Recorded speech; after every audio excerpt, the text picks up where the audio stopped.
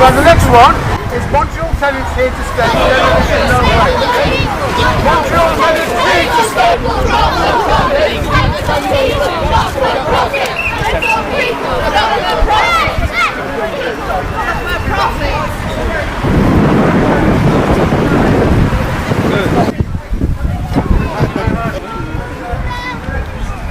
Yeah, bring solidarity for Unite the Union, not community, actually industrial members. Hey, David. I'd like to send our support to Montreal Business Association. They're campaigning to get the tenants for their houses.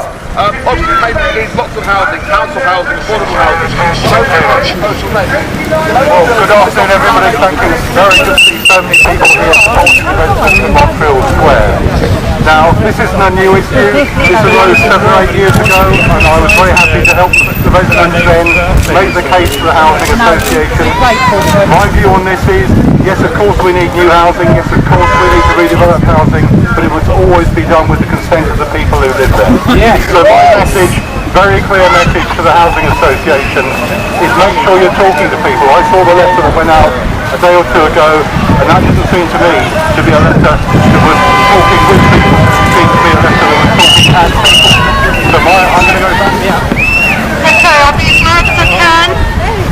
A space where, down the many years, we've laughed, we've loved, we've shared our tears. And on the green, midst leafy trees, our children's laughter on the breeze. The seeds of love and bonds were sown. Community was nurtured, grown. A place where people want to stay. A place they must not take away. The houses solid, safe and sound. The walls like people closely bound. A place where strength has seen us through and formed a firm and social glue. Where women, strong through times of rain, have linked their arms to soothe the pain. Anne and Marty, Peggy, Mandy, Cheryl and her husband Andy. Here dwell people real and true, the makers of the social glue. The first on scene to show they care for all their neighbours in the square. And all those neighbours won't be broken. Listen to the words being spoken. Social glue's what keeps us whole. They cannot bulldoze through our soul. They will not steal our homes and heart, nor tear our social glue apart.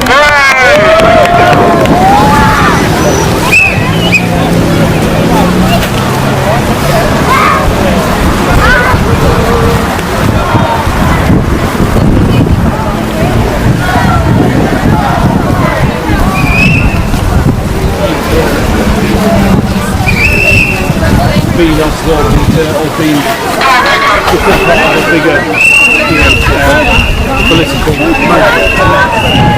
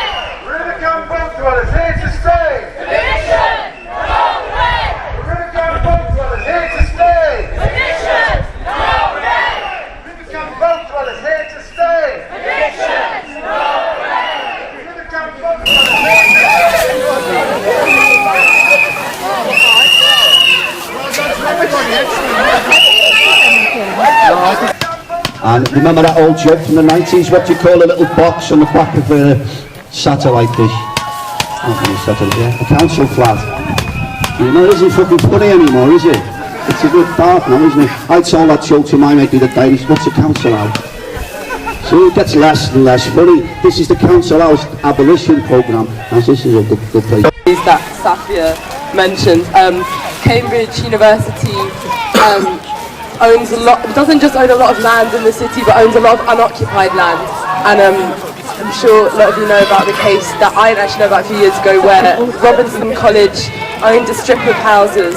Which, do you want to explain more? Romsey Terrace, yeah. Yeah, the garden grabbing, they were stopped on that, weren't they? So basically we need all the students, staff and people who live in the city to organise against and try as best as we can to stop the last 1 year, started by Unite Community, workers' housing at the boat dweller section down on the river. We've got the Solidarity Federation here today. And it'd be nice if one of them could come up and say a few words. We have the Argyle Street Housing Co-op that gave us so many leaflets. We must have printed about 600 leaflets for a tenner. If we'd gone down to the office supplies, we'd have paid 40 quid or more at the printers. Cambridge Residents Association. I'm not sure that's the proper name. Andy told us what the name is. It Becra? Becra, yeah. I don't know if there's someone there from that organisation who would like to come and say a few words here now. Architects for Social Housing are campaigning architects who actually go into council meetings, disturb them, go and follow Jeremy Corbyn around and Sadiq Khan. Sorry to all the Corbynites here, but you know, he did find out, this architect, that Labour were demolishing a lot of council homes, social homes. Nigel Howlett, who's the main boss of this place, and the three of them were standing together. You know, John Neely, the Labour shadow housing minister.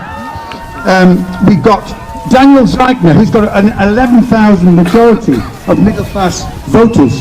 And I wanted to ask Daniel today, without upsetting him, it's not possible really, but you know, can you stand unconditionally on the side of the workers at Montreal Square? No ifs and buts. And he said he's going to help, that he'd write it on House of Commons newspaper and send it to Andy. So we could use that as a piece of, a bit like a mortgage-backed credit security. We could sell it on the stock market. There's a Communist Party of Great Britain. We've already heard from Kat. She's spoken, and if there's anyone else wants to come up and say something.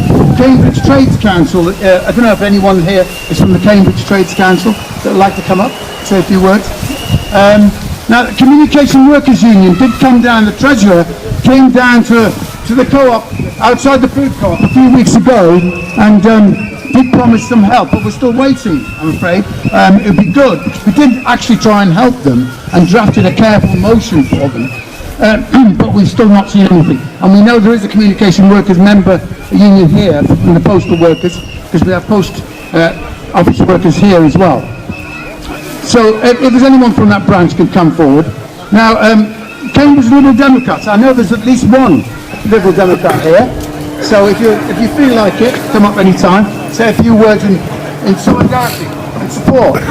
This is what we need. Right, so now here we are in Montreal Square, and thank you so much everybody who's come today. You don't know how grateful we are. So just a little bit of background information for people who might not know. These houses were built in 1928 to provide homes for working people employed by the railway. When I came here with my young family 40 years ago, railway workers used to grow vegetables in their gardens and they would give surplus to their neighbours. They lived in those houses just over there. That's the kind of place Montreal Square is. Friends look out for each other, and in this day and age that's quite unique. Why would anybody want to demolish a community that works so well? Romsey is a very special place, and Cambridge cannot afford to lose a piece of history, because once it's gone, it cannot be replaced. We understand the need for new houses in the city, but demolishing our homes is not going to solve the problem. There has to be a greater plan.